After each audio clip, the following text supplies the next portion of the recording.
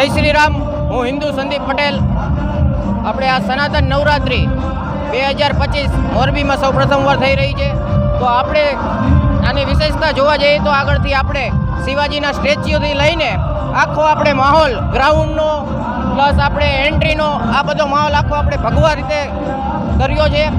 અંદર એન્ટ્રી થતાં પહેલાં આપણે શિવાજીનું સ્ટેચ્યુ આવે તે પછી આગળ જતાં ગામઠી થીમ આખી આપણે ઊભી કરેલી છે.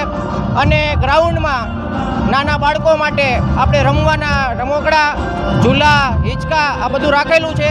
તો બધી તમામ મારી હિન્દુ માતાઓ બહેનોને મારી નમ્ર વિનંતી છે કે આપ સનાતન નવરાત્રિમાં આવો.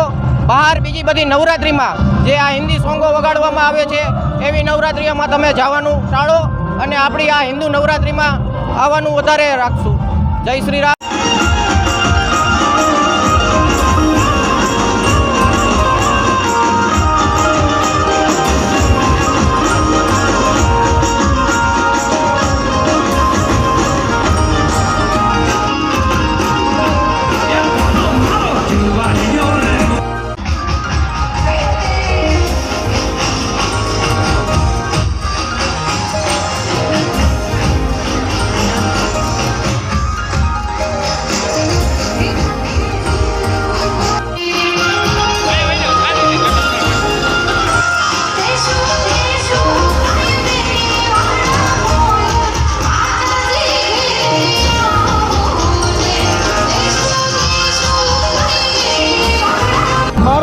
રાજુભાઈ ઠક્કર, સનાતન નવરાત્રિ આયોજક, સેવા સંપત્તિ ફાઉન્ડેશનના નેજા હેઠળ અજય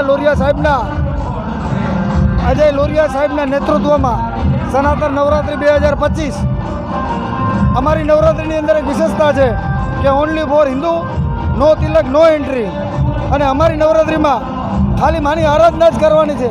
એમાં કોઈ હિન્દી ગીત નથી કે કોઈ બીજા ગીતનો યુઝ નથી કરવાનો. હિન્દુ પરિધાનમાં જ અમે પ્રવેશ આપીએ છીએ. આજે પહેલું વર્ષ હોવા છતાં અમને ખૂબ સારો રિસ્પોન્સ મોરબીની અંદર મળ્યો છે. મારી ધર્મપ્રેમી જનતાને મારે એક આહ્વાન કરવું છે કે આ હિન્દુ નવરાત્રિ છે, આ સનાતની નવરાત્રિ છે, વધારેની વધારે પબ્લિકમાં આવો. તમે સમૂહમાં ફેમિલી સાથે આવો.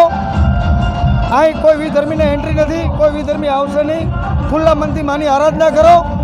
જય હિન્દ, જય શ્રી રામ.